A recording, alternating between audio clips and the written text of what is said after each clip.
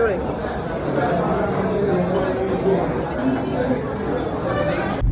ഞങ്ങള് വീട്ടിലോട്ടുള്ള സാധനങ്ങൾ പർച്ചേസ് ചെയ്യാൻ വേണ്ടിട്ട്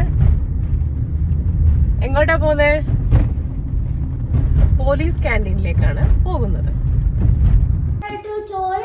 നമുക്ക് അവിടെ വെച്ച് സാധനങ്ങൾ മേടിക്കുന്നതിന്റെ ഒന്നും എനിക്ക് വീഡിയോ എടുക്കാൻ പറ്റില്ല. കടയിൽ വെച്ചേ